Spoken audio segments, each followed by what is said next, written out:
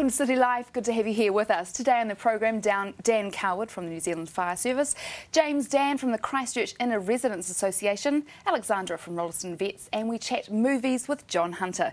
But first on the program, the Honourable Bill English. Good to have you here on City Life. Good morning.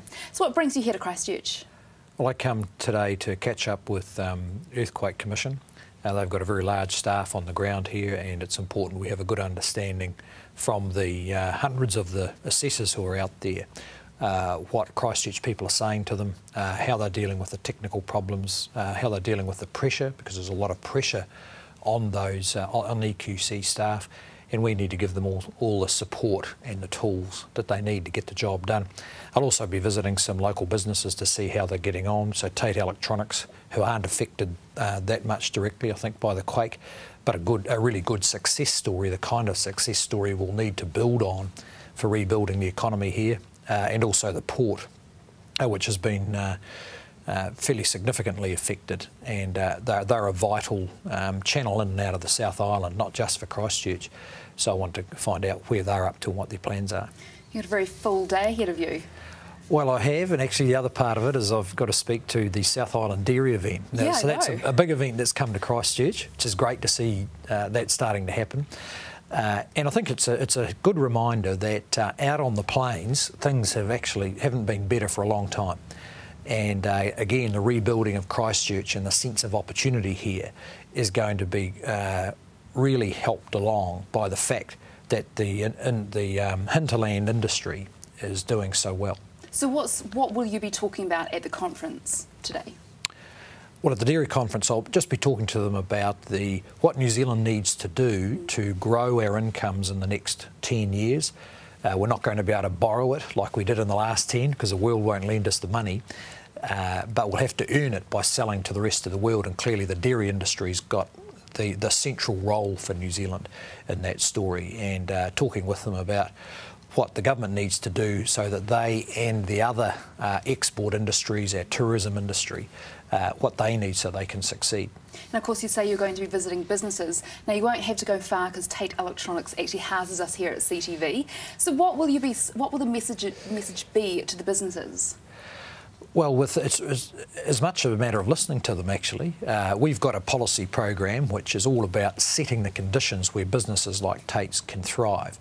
And they need us to help with their competitiveness so that when they're selling their products around the world, they can do so profitably because their costs in New Zealand are reasonable, that they have a skilled labour force that's able to earn higher incomes. But also be listening to them, and I think Tate's have had a lot of interaction with government for the last 20 or 30 years, and I think they'll have a bit of advice for me too. How much time have you spent here in Christchurch since the earthquake?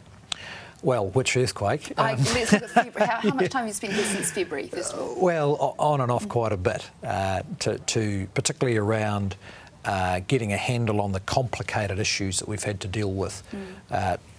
Around insurance and the red zone and the yellow zone and so on. That's an accumulation of months of work, and understanding the kind of issues that Jerry Brownlee as a minister on the ground here is dealing with. I've also spent a lot of time on the issues in Wellington because part of my job has been to make sure that the government has the funding available and ready so that funding is not a problem for the quake, and that's where we've got to. The budget set aside $5.5 billion for the government's share of the costs, and that's locked in, that money's ready to go, so that we're not holding anything back because of government funding. Okay, from the outside looking in, how do you think the progress in the city is going? Look, I think unless you've been here quite a bit, you don't understand the size of the task. People in Christchurch certainly do, and I've been very impressed with their resilience. It's perfectly natural there's going to be frustrations when people are dealing with the complications of insurance policies and different agencies, 3 or 4 different institutions who affect what happens for their house and their family and their livelihood. It's important we listen to those frustrations, and we certainly do. But I think that given the complexity of it and the huge size of this exercise, one of the largest natural disaster impacts in any developed country for a long time, I think progress has been satisfactory, We'd all like it to go faster. And of course, the one thing that's getting in our way is the continued aftershocks, which makes it difficult to build the confidence particularly for the private sector to think about rebuilding, and of course puts a psychological pressure on the people who are living in the quake zone. Now, the package announced last week, what does this mean financially for the rest of New Zealand? Well, we can handle it. I think the package is a result of a lot of hard work, particularly by Minister Jerry Brownlee, dealing with all the different parties you need to bring together. But for New Zealand, we can handle the cost. It's going to have, as people make their choices and proceed to rebuild, it's going to have an impact on the whole economy because the size of that rebuild is so large. And in fact, we're seeing that today in some employment surveys that have been done that show that already, even though there's not a lot of obvious rebuilding in Christchurch, it's starting to affect the national labour market. Okay, and the money that you are putting in, what has this disaster done for the short-term and the long-term economy in New Zealand? Well, in the short term, we've already taken the hit when 10% of the economy stopped dead. And now, provided the earthquakes tail off, the economy will now benefit from the rebuild. So in a purely economic sense, it's all positive ahead of us. Now, of course, we've got to translate that into a positive experience for the families and for the city of Christchurch. That it's not just about the economic impact for the rest of New Zealand, but the rebuilding of communities and families that have been badly hit by this event. Okay. Minister, thank you for coming on the program. Thank you. We'll be back after this break.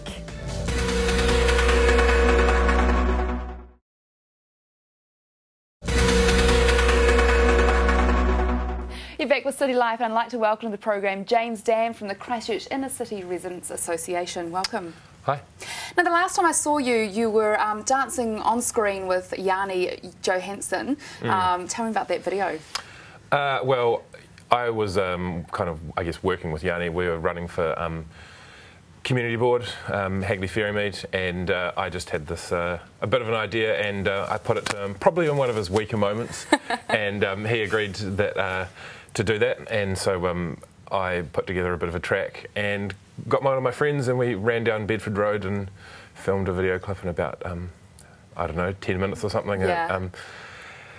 It was, yeah, one of those things that got a lot more attention than it probably deserved, but that's, you know, that's what you want when you're running election campaigns off the back of the smell of an oily rag and all that. Yeah, so tell me about the basis of that video. Well, the content of the video itself. Let's look at the content. Yeah, well, I wrote a rap song that was, to put it mildly, slagging off the mayor, and I think that we had you know, Yanni's obviously a fairly outspoken critic of Bob at the best of times, and I put a few things in there of my own sort of off my own bat, which probably reflect a lot of my own issues, and a lot of those issues are actually things related to the inner city, because I have, I mean, as an inner city resident, I spent a lot of time trying to deal with the council over the last couple of years with regards to noise complaints or this seems like a long time ago now, but when they had an All Blacks test last year, they shut down large chunks of the inner city to make the rugby road that ran from the square to AMI Stadium, and the first thing we found out about that was when we tried to drive home to our house at 7 o'clock on the night of the game. So there were lots of issues where the council haven't necessarily been upfront with dealing with inner city issues. These things all seem quite small in comparison. Yeah, in comparison. Okay. Well, let's look at your association, the thing that you've set up since February's earthquake. Yeah, well, we set up an inner city residents association because we felt that there were a number of people that were displaced from their houses and that they weren't really being heard. And we have quite specific issues which probably still up until this point aren't really being made that aware of, I don't think. And through forming the association, and then I've as a member, as the Christchurch Inner City Residents Association, I've been able to participate in CanCern meetings, and through CanCern meetings I've had a lot of good feedback with those people, and then we've been able to set up meetings with, when we had where John Hamilton was the controller, we had meetings with John Hamilton and things like that, and we have been able to progress a few things, and so we had a temporary residence access program, which was to help people who were displaced get back into their flats. I mean, we're talking about properties that not just in the CBD. We're talking about what used to be called the red zone, the very centre of the CBD that's still cordoned off, which is now the white zone. Let's look at your situation. Where is your house? Where is your home? My flat was in Litchfield Street, just at the end of Poplar Lanes. I had moved there 9 days before the earthquake from a place in Cashel Street, which was on the same block as the CTV building. So I actually have stuff in two properties, in Cashel Street and Litchfield Street. So have you been able to get anything out of your flat? Yep. After we've managed to set up these residence access programs, the residence access program enabled you to take one carload and take some helpers in, and you had about 3 hours to collect stuff out of your property, and then bundle it back into one car or truck, and then get it out. But you're one of the lucky ones, right? I think so. What's really difficult is that the council or the government or Sarah or whoever it is doesn't really have any hard figures on how many people actually live in this area.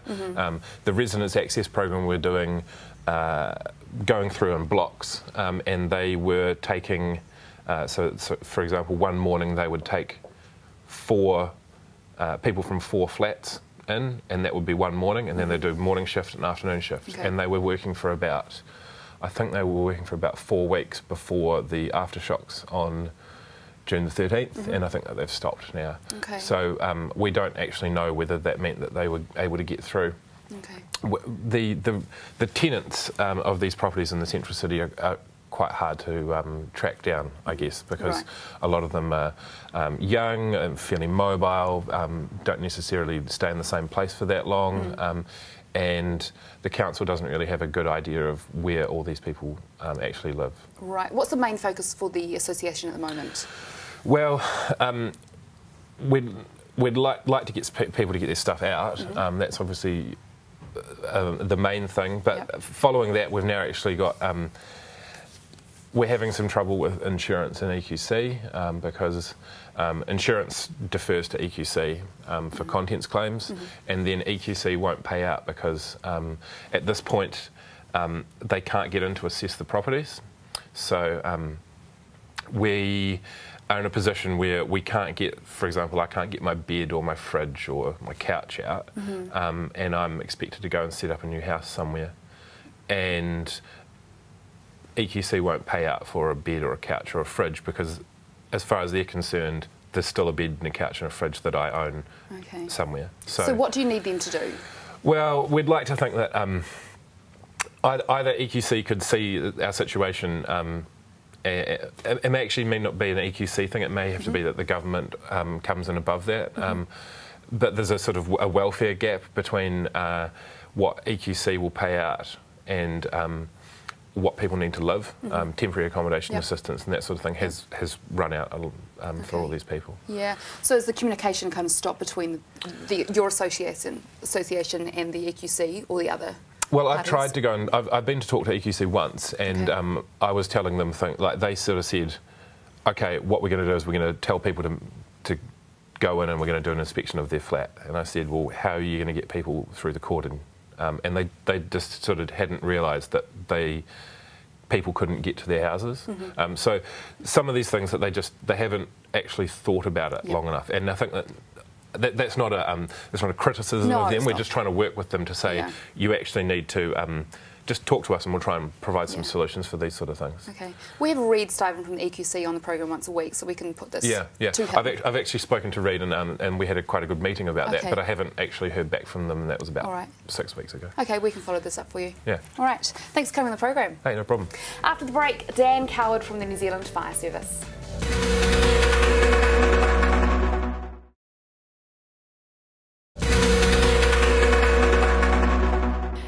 Welcome back to City Life, and I'd like to welcome back to the program Dan Coward from the New Zealand Fire Service. Welcome. Morning, thank you. So let's look at some of the stations as a result of the earthquakes. Yeah, look, we're, I suppose, like a lot of organisations, working through the damage that we've got. We've sustained quite a bit, and more recently, I suppose, one of the key ones, and I suppose a message of reassurance, is around the Rolleston fire station. We've sustained quite significant damage there, and as a result, have moved out of it and are looking to relocate to our training centre, which is behind the fire station.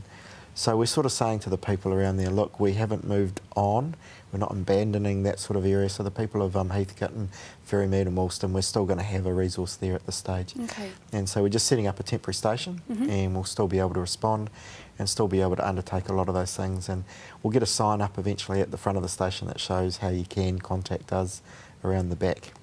So you can respond in all Yes. areas of Christchurch as fast as you have before the earthquake? Yeah, look, we're still able to do that. We're still able to respond. I suppose the only thing that delays us are the road closures, the state of the roads, and like everybody, we can't go too fast on some of these roads, and more so with the large trucks that we do drive, we're really conscious of how much shuddering people's homes are getting from that, so really conscious of that. So we're still able to respond, still meeting a lot of our calls and still meeting the needs, but we're just having to do it a wee bit differently at the moment. How are the appliances holding up? Well, we're seeing probably an increase in our maintenance costs. I suppose like a lot of people that have a lot of fleet that are on the road a lot, with some of the roads here, look, the areas that we're working most frequently in are going to cause more damage. Okay. What about the red zone? How is that going to impact your stations? Yeah, so the red zone's impacted in terms of where we need to be planning for in the long term. So a lot of the work we're now moving into is where will the population growth be, where will be people moving to, what resources do we now need to have in those areas. Some of the areas that have been identified as red obviously impact on some of our volunteer brigades. So within New Brighton, a lot of the members of that brigade are volunteers and are living in those red zones. So we're working with them, their families, in terms of how do we continue to meet the need. And that's been by placing one of our crews from our central station down there to help out. And they'll be there for some time yet, making sure that we do have a good resource in that part of town. How's the central station going?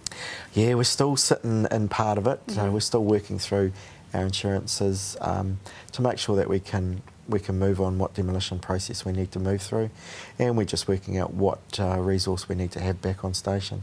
So we're still working on that one, and still really appreciative of everybody's tolerance, the fact that we have trucks parked out on the road at this point in time.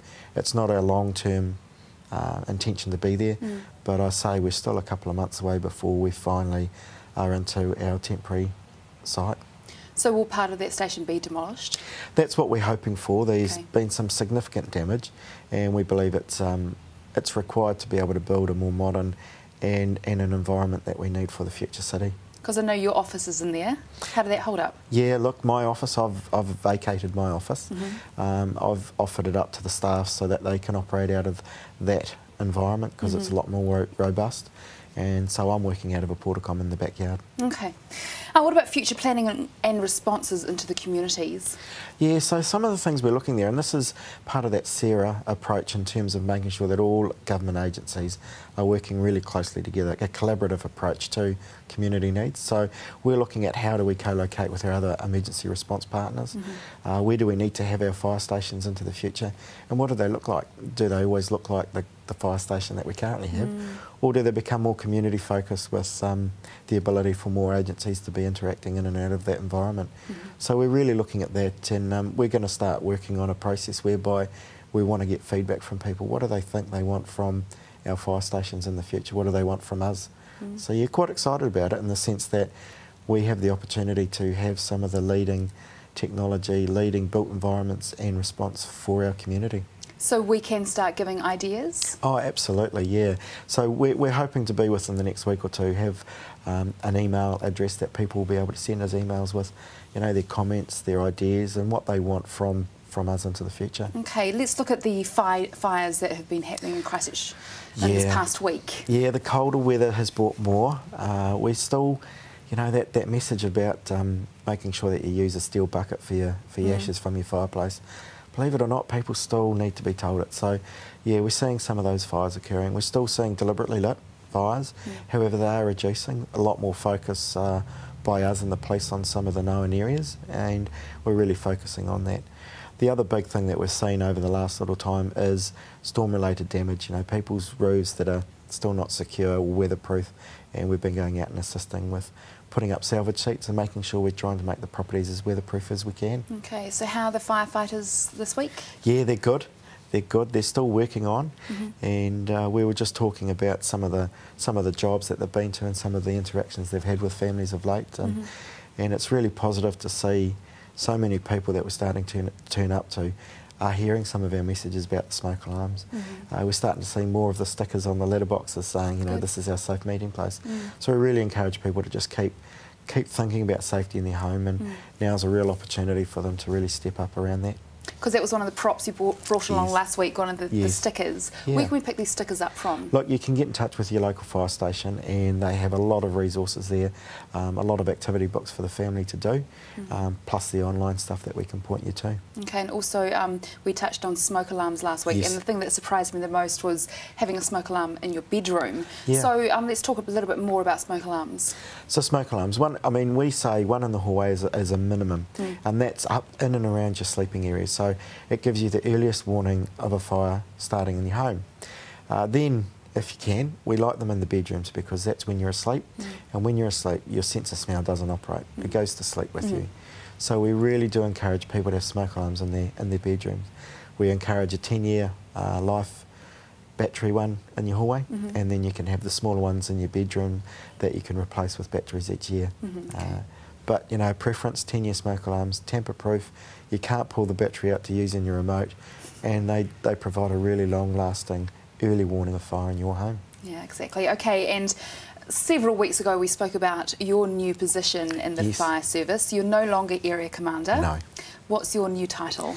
So I'm the Director of Strategic Redevelopment for Christchurch, and so that's for me focusing on the redevelopment of our infrastructure, our stations, our infrastructure with other agencies, and how we can shape and influence the future shape of Christchurch, working with Sarah. So this is obviously something that came about because of the earthquake? Yeah, it has come about as a result of the earthquake. They wanted someone that could focus on that role, someone that had a bit of insight in terms of Christchurch and had a good understanding with the partner agencies and their relationship. So it's really key, the relationships with all the other agencies that we're sitting around on a regular basis, and only met yesterday afternoon with a number of them, and we talked about what the challenges are, where we see closer cooperation, and where we can actually work a lot closer in terms of our built environment. So it's a really exciting challenge. It's a big challenge, something that won't be done in a very short space of time, but something that will be of great value in years to come. Great. Dan, thanks for coming on the programme. See you next week. Yeah. After the break, Alexandra from Rolleston Vets.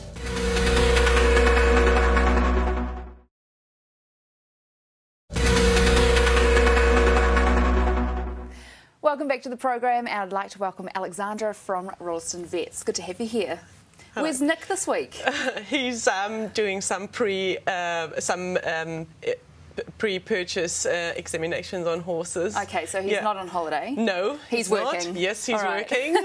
So this week we're looking at the pros and cons of neutering pets. Yep. Now, why should we de-sex pets? There are several medical reasons why male or female animals should be desexed. One is to prevent breast cancer, another is to prevent inflammation of the uterus. Also in males is prevention of cancer, prostate cancer for instance, or testicle cancer. Also to reduce obviously the animal population in, like, for instance, cat population. It's quite irresponsible to have tomcats roaming around, as they, they get it on with the local cats. Yeah, exactly, and they can transmit also some viral diseases. You see more cat bite abscesses and so on as well. I had no idea that cats had the same sort of cancers as humans. Yes, they do. Yep, you see quite a few in unspayed pictures, quite a few breast cancer, or even like a pyometra or something like that. Isn't that amazing? Yeah. So tell me, what is involved with desexing a cat or a dog? It's quite a big procedure. It's an abdominal surgery. It involves a general anaesthetic, pre-anaesthetic bloods, IV fluids, and then it's an incision through the abdominal wall in female animals, and the uterus and the ovaries are removed through an incision, and then stitched back up. Okay. Is it much pain, the aftercare? Yes, well, we usually send them home on pain relief for a couple of days afterwards. You have the one or the other odd animal coming back in because their pain level is different to others, and we just handle each case individually. Okay, how can you tell that your animal is in pain after this usually the owners, they bring them back and they say, oh, it's not, you know, itself since the surgery, and if it is 3 or 4 days post-op, then it is certainly a concern. Okay. Yeah. So let's look at some common misconceptions around desexing.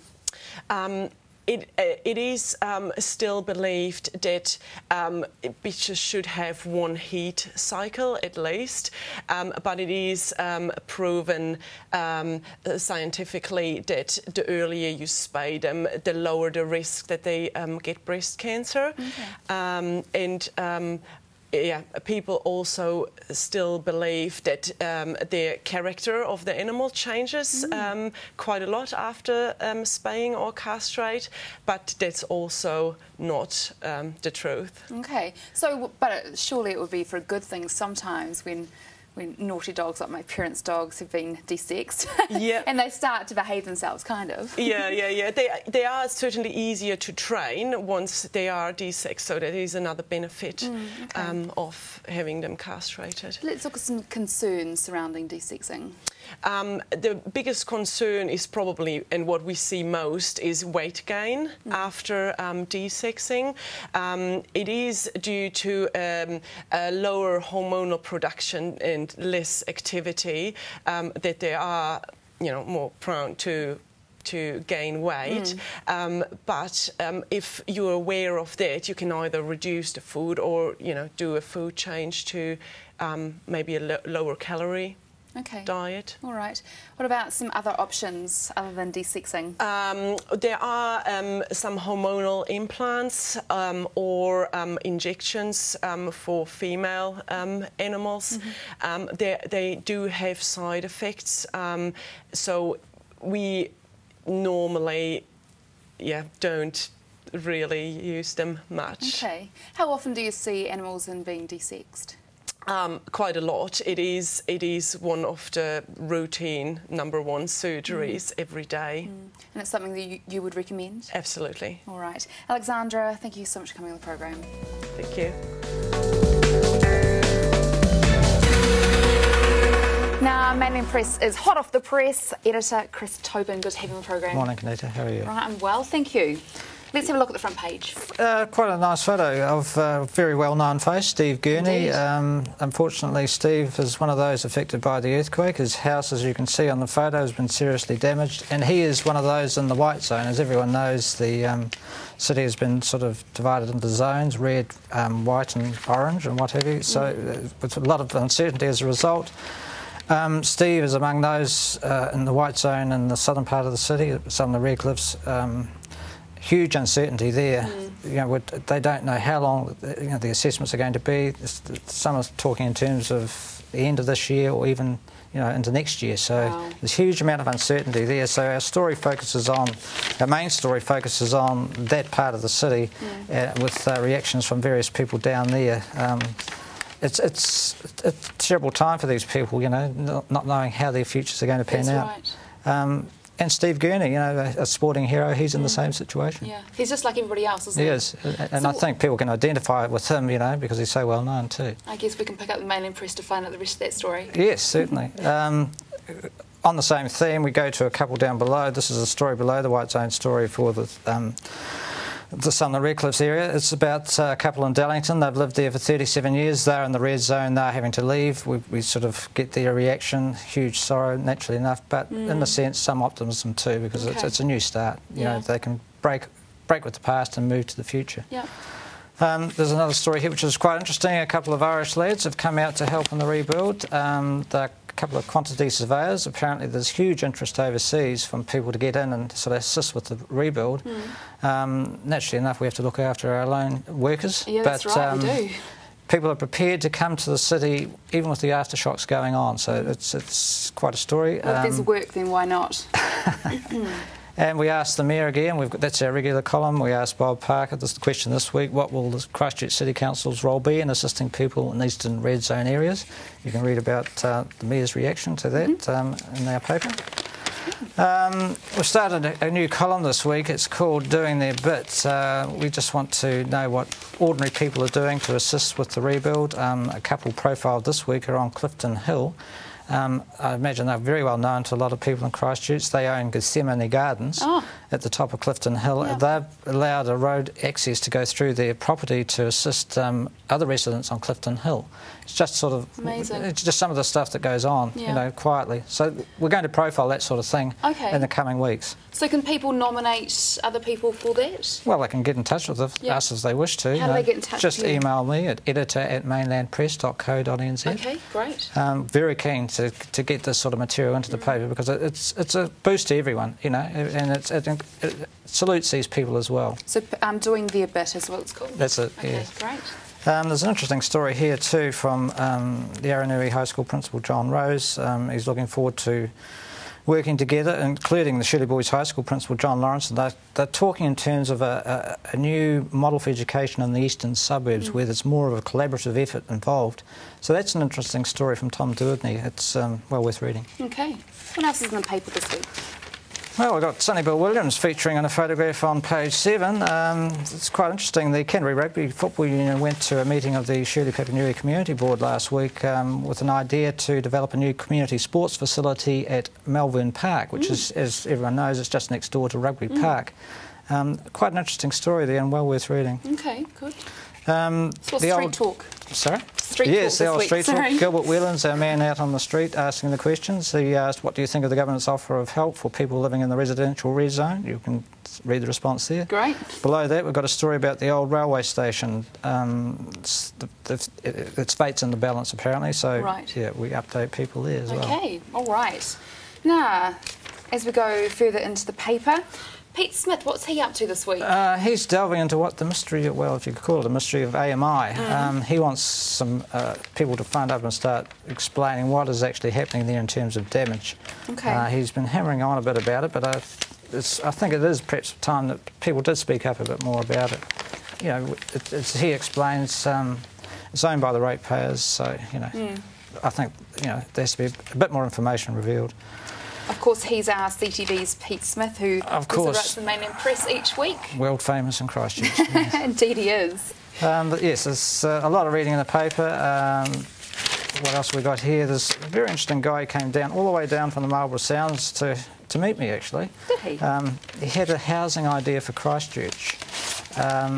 He said it's sort of based on Abbeyfield in the UK, which these sheltered housing and care homes were established in the UK. I believe there are some here as well in New Zealand. But he's got a proposal there as to, you know, that perhaps the community, and particularly in the eastern suburbs, could take up. It allows people to, you know, who are close friends, who are neighbours, to continue to live together. If you go to page 9, you can read the story. The guy's name is Colin Murray. And just to show how, as I say, how committed he is to this, he travelled all the way down from Marlborough Sounds just to speak to me about it. It's amazing, isn't it? It is, rather. You have to send him a copy. I will, yes. So, yes, the story here about Phillipstown School, hard hit by the quakes, but according to the story, it's far from being knocked over, and it's helping the residents across the eastern suburbs as well. Because, of course, Phillipstown School is very close to AMI Stadium, isn't it? It is too, just around yes. the corner. Okay, and further afield, an RSA award to an Akaroa man. Our paper, as you may be aware, covers not just this, you know, the city area. It goes all the way up the peninsula as far as Akaroa. So there's a bit of news there for the Akaroa people. Air Rescue gets funding boost. Canterbury West Coast Air Rescue Trust was given a funding boost last week with a ceremony at the Christchurch Airport to thank 28 air ambulance staff for the efforts during the earthquake emergency response. Great. And I believe too that the firefighters are going to recognise their personnel at a function next Tuesday, I think it is, out at Wigram for their efforts on February 22. Great. Chris, Tobin, where can we pick the Mainland press up? We deliver all over the city, but check them out. You can find copies in supermarkets, service stations and dairies. Great. Thank you for coming on the program. Thanks, See you next week. Yes, certainly. After the break, John Hunter with movies.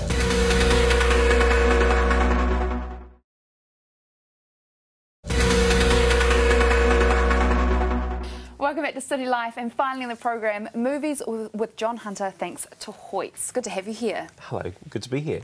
Now, what's happening in the movie world this week? Right, okay, so starting today we've got the movie Transformers Dark Side of the Moon. This is the third instalment of Transformers. Again, I can never get his name right, Shia LaBeouf. That could be it, yeah. Okay. He's the main, Sam, he's the main guy in it, and they found an alien base on the dark side of the moon, and it's a race to get there.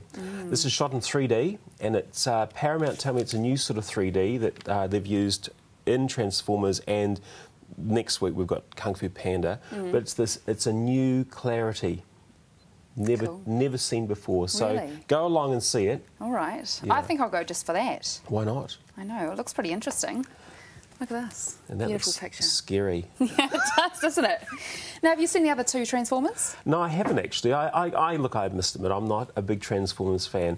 It does have Rosie Huntington-Whiteley, a former model, so... so she'll be a good actress? Yeah, she'll be a great actress. Yeah, she'll look good? Yeah, she's got pedigree. Right, yeah, she's got the pedigree, yeah. So that's important. It is, yes. And so you haven't seen the other two, but you're going to go and see this number 3.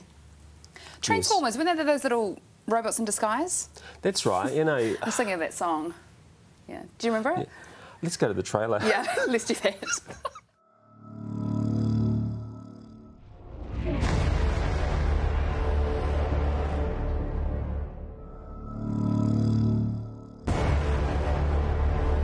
Our entire space race of the 1960s was in response to an event.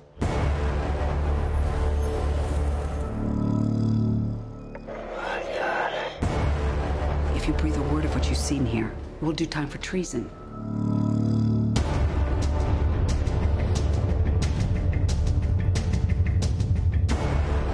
Everything humans know of our planet, we were told, had been shared. You lied to us. You've made a grave mistake.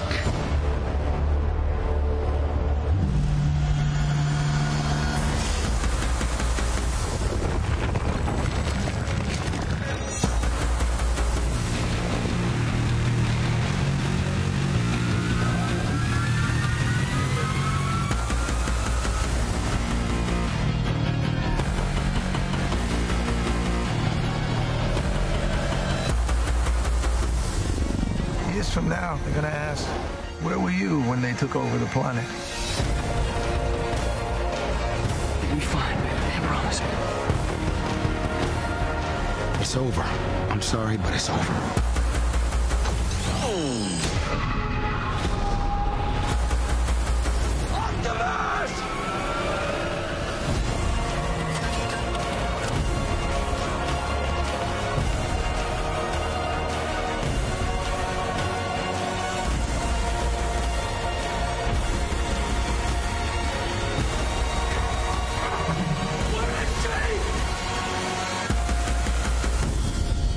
You may lose your faith in us, but never in yourselves. From here, the fight will be your own.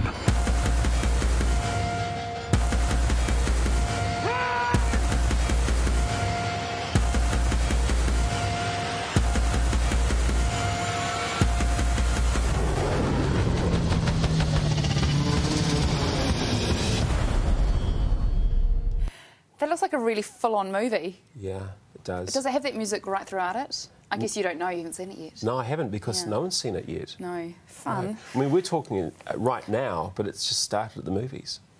So what are you up to at the moment? What else are you up to? Well, as we talked about last week, Rialto's finished. So I've started my own company. That's exciting. Yes, my own theatre company. It's called Majestic. Okay. We thought we'd go with an old sort of name, so people know. Yeah. And we're going to be doing art house and I'm working with some New Zealand-wide distributors. Plus, also, I will be hosting the Italian Film Festival this year. That's really exciting. So you're going to need a venue? I don't have a venue. Okay. I'm going to be finding a venue.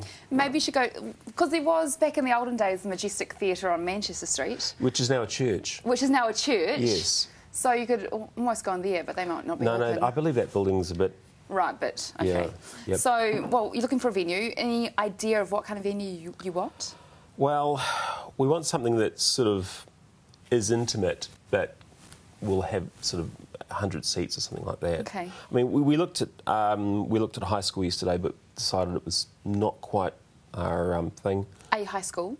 A high school. Oh, okay. Yeah, in the area. Right. And so we're going to hopefully go and knock on the door of the university. Ah, yes. Good idea. Yeah. Yeah. I want somewhere that is sort of in this sort of part of the city where people feel comfortable, they can come along and have the movie experience. Okay. Yeah. What else is coming out for movies? Right, now we've got the New Zealand Film Festival. That starts in Christchurch on the 11th of August. Yes, it does. And we've also got mainstream movies coming out at the same time. Now, I thought, let's sort of preview some of these movies. So we don't miss them. We don't miss them. We're going to be talking about the film festival. We're going to be talking about all the fantastic things that are in the festival, but we've got some pretty good gems sort of coming out. Cool. And one of them is Cowboys and Aliens. And this is Cowboys and Indians, Cowboys and Aliens. It is executive produced by Steven Spielberg, produced by Ron Howard. So these guys have got some pedigree. Yeah, indeed. Second time you used it today. And also it's directed by John Fowler, who did the Iron Man series so far. So, yeah, it stars Daniel Craig and Harrison Ford. Wow. Daniel Craig is a cowboy. He wakes up in the middle of the wilderness, prairie, whatever it is. No recollection of who he is, where he came from, or anything like that. And he's got a strange bracelet on his hand. Okay. Yeah. Seems interesting. And Harrison Ford plays the sheriff. So, and it's a town under threat from aliens. I mean, who's to say that... Come on. I mean, seems real. If aliens existed, who's to say that they actually didn't come in a cowboy sort of era? Exactly. Exactly. Exactly. Do you have a trailer for it? We do. Should we look at it? Let's look at it.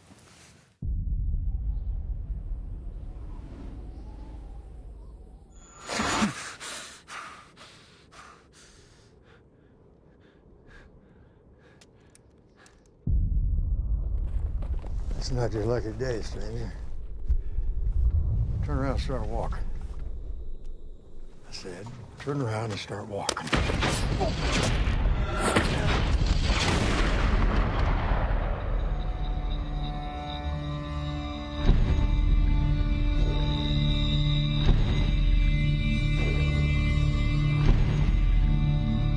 I know you? You don't remember anything. Jake Lonergan, turning you over to the federal marshal.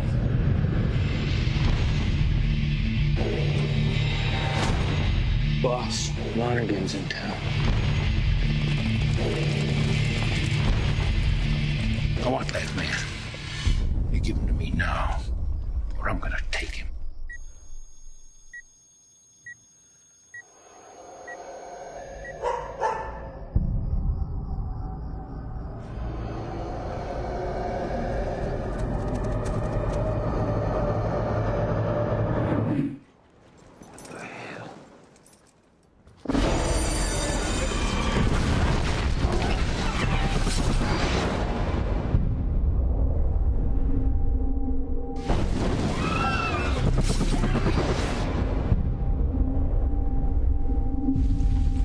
Is it demons? Why are you asking me?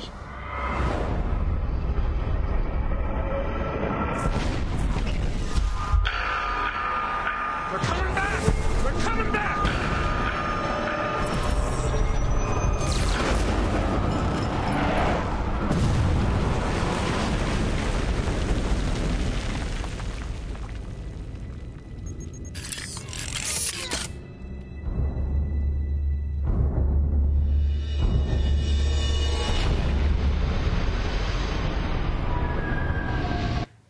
it. Ooh, doesn't that look good? Now, Matt, our cameraman, said so it's not a comedy. No, I don't think it's a comedy, Matt. Yeah, it looked good. Yeah, it does. Yeah, that looked quite cool. So when does that come out? August the 11th. Okay, the Yeah. same day as the New Zealand International Film Festival. Exactly. So let's. I mean, obviously, in a couple of weeks' time, we're going to talk about what's on at the festival, but we're going to sort of highlight good movies that are coming up about that time too. Harry Potter in a couple of weeks. Oh, exciting. Yes. All right, John, thank you so much for coming to the program. We'll see you next week. Yes, thank you. All right, that is City Life for today. Now, we do have some tickets to give away to the Canterbury Celebrations Theatre performance of Nick Kyle and Ali Harper. We have had Nick on the program tomorrow. We have Nick Kyle and Ali Harper on the program tomorrow too. Now, just to give you a heads up about this, it's on Sunday the 3rd of July, 8:30 p.m. It's in the heated marquee at Hagley Park. You can email me, kaneta@ctv.co.nz. You can give us a call, 3777 033, to get yourself in the draw. Now, we do have CTV On Demand now. Go to the ctv.co.nz website and click On Demand to get all the episodes of City Life that you'd like to watch. Now, again, you can get in touch with us, kaneta@ctv.co.nz. Call us, 3777 033, or you can write to us, PO Box 1100 Christchurch. Thanks for watching, and I'll see you tomorrow.